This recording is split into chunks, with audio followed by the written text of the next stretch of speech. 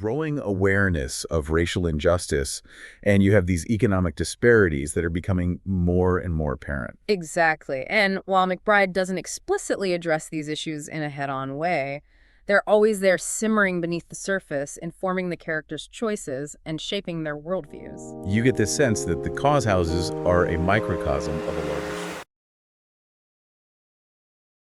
Welcome to Witter. Who Has Time to Read? The podcast that brings deep dives for busy minds. Listen to AI hosts Jane and Dane and get ready to unpack the world's most captivating books in just a fraction of the time. Whether commuting, working out, or just squeezing in a quick break, we deliver key insights, thought-provoking themes, and takeaways you can carry into your day. Don't forget to like, subscribe, and leave a comment. Plus, use our links in the description to purchase this book. Your support helps us bring more engaging book discussions to you. Listen and follow us wherever you get your podcasts. Who has time to read? You do, with Witter. Welcome back to Witter, your shortcut to being well-read, even when you're on the go. That's right. This month, we're diving into some incredible Black voices in honor of Black History Month. Absolutely. And today, we are going deep with Deacon King Kong by James McBride. It's a book that really throws you right into the heart of 1960s Brooklyn. Yeah. Specifically the Cause Houses projects, but it's so much more than just a setting. Right. McBride uses the Cause Houses to explore themes of community, Right. resilience, and the complexities of the Black experience during a time of really significant social change. Yeah, the Claus houses feel like a character in themselves, right? You've got that ever-present smell from the wastewater treatment plant. Oh, the yeah. shared plaza where everyone gathers in this vibrant mix of residents. Absolutely. From gossiping church ladies to numbers runners. Absolutely. And that's where we meet Sportcoat, our main man, also known as Deacon King Kong. He's this aging deacon known for his love of King Kong rot gut liquor. Oh, yeah. And his tendency to stumble into one predicament after another. He's such a fascinating, complex character. Oh, he is. On the one hand, he's got this almost comical side. Yes. Like the time he tries to help Deems, Right. the drug dealer he accidentally shot. Yeah. By performing some medical procedure he vaguely remembers. Right. And then you have these moments where you see this deeper side to him, this almost spiritual connection to his deceased friend, Hetty, who acts as a sort of spirit guide. Right. He's flawed, but he's also deeply human, and he represents something essential about the spirit of the Cause Houses. I was struck by how McBride uses Sportcoat's near-death experiences almost from birth. Yeah. To explore this idea of resilience, not just for Sportcoat, but for the entire community. Right. It's like they've all been through so much. Yeah. Yet they continue to find ways to laugh, to love, and to support each other. It makes you wonder, what are the sources of that resilience? Is it faith? Is it community? Is it this shared history of struggle and survival that binds them together? I think it's a bit of everything. You see it in the church with its strong sense of faith and tradition. Right. But you also see it in the more secular aspects of life in the Cove houses. Yeah. Like the way neighbors look out for each other's kids, or the way they come together for Hetty's funeral, even with all its chaos and mishaps. And let's not forget the music McBride weaves in this rich tapestry of sounds, from gospel to jazz to the salsa music that drifts over from the nearby Italian neighborhood. It's like a soundtrack to their lives, reflecting both their struggles and their joys. There's this scene where Soup, who's recently returned from prison, throws a party, and it becomes this microcosm of the entire community. Yeah. You see the tensions, the rivalries, but also this underlying sense of unity, of belonging. Yeah. They might not always get along, but they're all in it together. That sense of shared experience, of collective memory, feels so central to McBride's portrayal of the Black experience in this book. It's not just about individual characters, it's about the web of relationships, the interconnectedness that defines their lives. And it's all set against this backdrop of social and political upheaval. Yeah. You have the civil rights movement gaining momentum. Right. You have this growing awareness of racial injustice, and you have these economic disparities that are becoming more and more apparent. Exactly. And while McBride doesn't explicitly address these issues in a head-on way, they're always there simmering beneath the surface, informing the characters' choices and shaping their worldviews. You get this sense that the cause houses are a microcosm of a larger struggle, a place where the personal and the political collide in ways that are both fascinating and heartbreaking. And you see that tension played out in the relationship between the Cause houses and the Italian neighborhood nearby. Oh, yeah. There's a sense of encroachment, change that's both inevitable and unsettling. It's like these two communities are living side by side, but also in separate worlds, each with its own set of rules and expectations. And Sportcoat, in a way, bridges those worlds. He works odd jobs for the Italian mob, but he's also deeply rooted in the Cause houses. He's this outsider-insider figure who sees both sides of the story. It makes me think about how identity is often shaped by both internal and external forces, by the communities we belong to and the systems that surround us.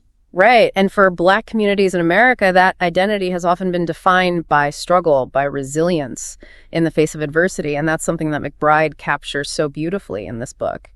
It's not just about the hardships they face. It's about how they find ways to create joy, to celebrate life, to maintain their dignity in a world that often tries to strip it away. Think about Sister Guy, for instance. She's tough, she's outspoken, but she also has this incredibly tender heart. She takes care of the kids in the Cause houses like they're her own, and she's a fierce advocate for her community. She's a reminder that strength comes in many forms, and it's often the people we least expect who show the most resilience. And then there's the mystery surrounding the church's land ownership. It turns out there's this hidden history, a connection to the Italian mob that goes back generations. It's like McBride is peeling back the layers of the past, revealing the secrets that have shaped these communities and the forces that continue to influence their present. And it raises questions about power, about who controls the narrative, and about how history is often written by the victors. It's interesting how McBride uses humor to tackle some pretty weighty issues, like when Sportcoat accidentally shoots Deems and then tries to perform this makeshift surgery on him. It's funny, but it also speaks to a certain desperation.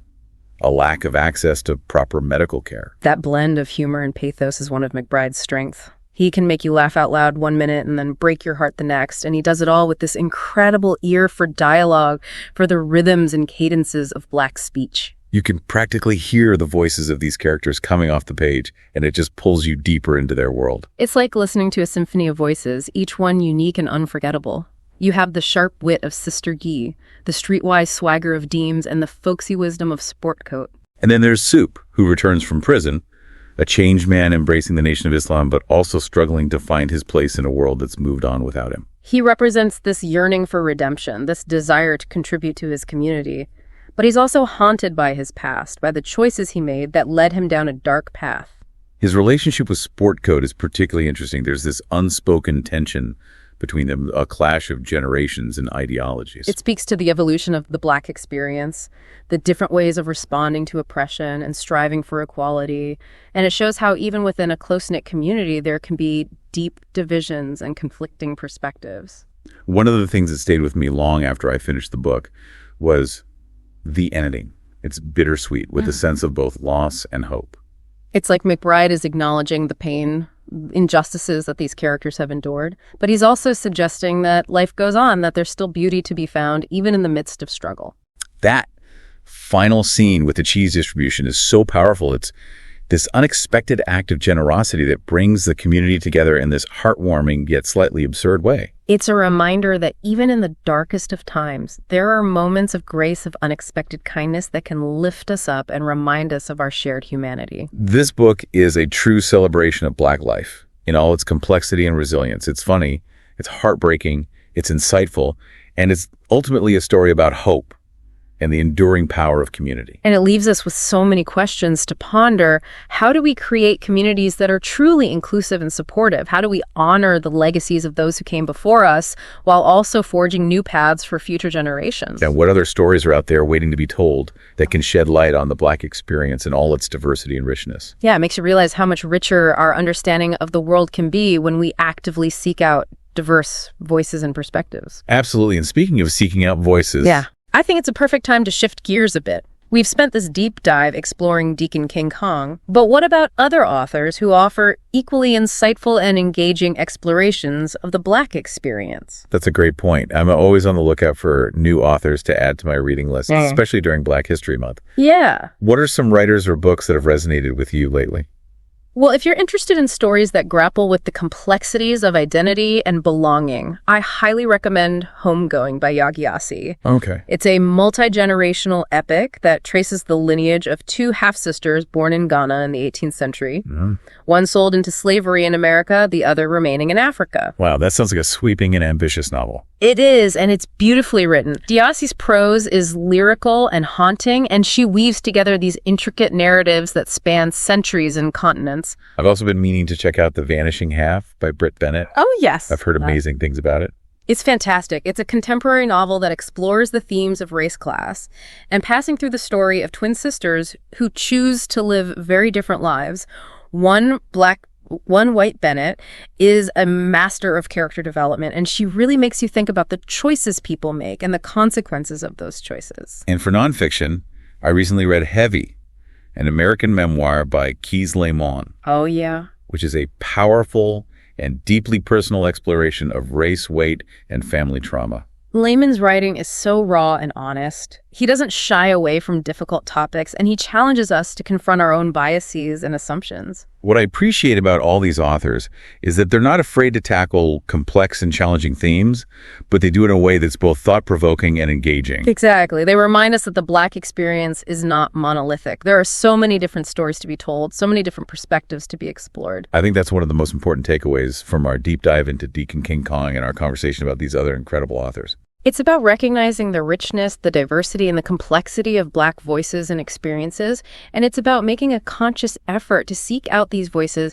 not just during Black History Month, but throughout the year. Because these stories matter, they challenge us, they inspire us, and they help us to see the world in new and meaningful ways. And ultimately, they remind us of our shared humanity, of the things that connect us across cultures, backgrounds, and experiences. So to our listeners, I encourage you to pick up a copy of Deacon King Kong if you haven't already, and to explore the works of these other amazing authors we've discussed today. And let this be the start of a lifelong journey of discovery, of seeking out diverse voices and perspectives, and of expanding your understanding of the world through the power of literature. Because as we've seen today, reading isn't just about escaping into other worlds. It's about engaging with the real world in all its complexity and beauty. And who knows, maybe one of these books will spark a conversation challenge, an assumption, or inspire you to see the world in a new light. That's the magic of storytelling. Yeah. It has the power to change hearts, minds, and ultimately the world. Well said. And with that, I think we've reached the end of our deep dive into Deacon King Kong and our exploration of Black voices in literature. It's been a real pleasure unpacking these books with you. The pleasure was all mine. And to our listeners, thank you for joining us on this journey. We hope it's inspired you to pick up a book, open your mind, and embrace the power of diverse storytelling. Until next time, happy reading.